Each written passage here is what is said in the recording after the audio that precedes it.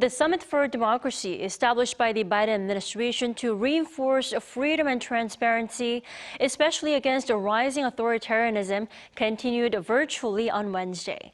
President Yoon Suk Yeol opened the second day's leaders' session on economic growth and prosperity. For more, let's turn to Mr. Hans Schattle. He's a professor of political science at Yonsei University here in Seoul. Welcome to the program. Good morning, Dami. Nice to see you. Thank you for having me. Good morning. Thanks for joining us. Let's first talk about the Summit for Democracy. What is it, Professor, and how significant or necessary is the meeting at this time? Is the summit meaningful anyway? Oh, I think so, Dami. Anytime you're pulling together countries, world leaders, and leaders of their respective countries to talk about prospects for democracy, it's very important, I think. And you have to keep in mind that since about 2005, almost the past 20 years, a lot of the big think tanks around the world, the research institutes that track the viability of democracy, have found that it's in a pattern of backsliding, both from the top down and from the bottom up. There's been some erosion of the institutions at the national level in many different countries with leaders that don't necessarily respect of the will of the people. Unfortunately, we saw that on clearest display in the United States after Donald Trump lost the election in 2020. And of course, that result led to attacks of the Capitol. So even the U.S. has a lot of issues to work out here. And one other thing, bottom up, there's a lot of changes in how citizens communicate with each other in our media landscapes. It's harder for citizens now, I think, to feel as if they have shared understandings of the truth with their fellow citizens, shared understandings of what the issues are at stake for their countries. So anything that can be done, anything world leaders can do when they come together to talk about how both from the top down and from the bottom up democracy can be greater respected is very important. Right, so using it as a platform for all citizens around the world to voice their collective opinions. And also, South Korea is co-hosting this edition of the Summit for Democracy along with Costa Rica, the Netherlands, and also Zambia.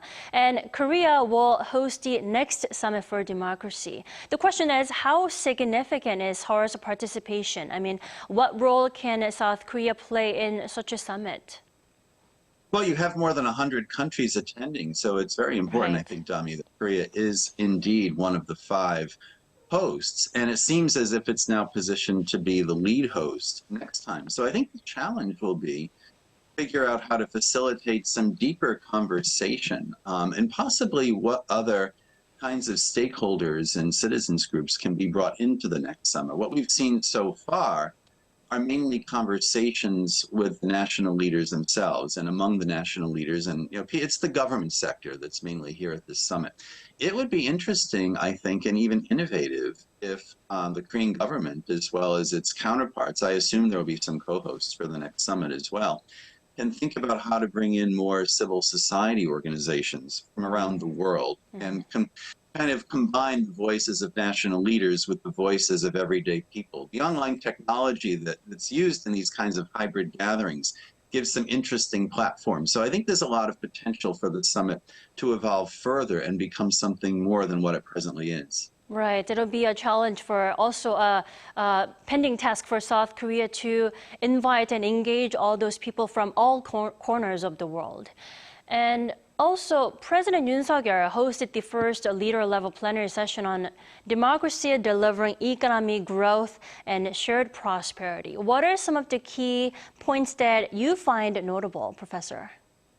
I was left with some questions, actually. I found the speech interesting. I found some of the terms that President Yoon was using in the speech quite interesting. He lamented, for instance, the anti-intellectualism in the political culture. And I would like, as a professor, of course, and as somebody who works with a lot of students and other scholars, I'd like to know a little bit more about exactly how he thinks about anti-intellectualism. And that's not something that's just restricted, say, to university campuses. We've seen a big pushback in many of the world's democracies against what so-called elites in politics and businesses, a lot of what we call populism, people, citizens voting for candidates to blow up the political system or blow up Wall Street or whatever other financial power center you're looking at, have mobilized a lot of working class individuals that now feel in the present day and age that they don't have enough control over their destinies, and they don't feel as if the people in government or business are looking after their interests. So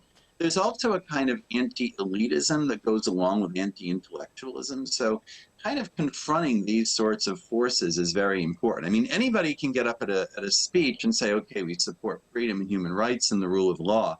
But there are different ways to understand all these concepts, and there are a lot of underlying factors that prompt both citizens and governments to lose faith in democratic processes. So thinking about how to restore that kind of faith will be very important, I think, for the leaders in not just South Korea, but all the co-hosts and collaborators in future democratic summits going.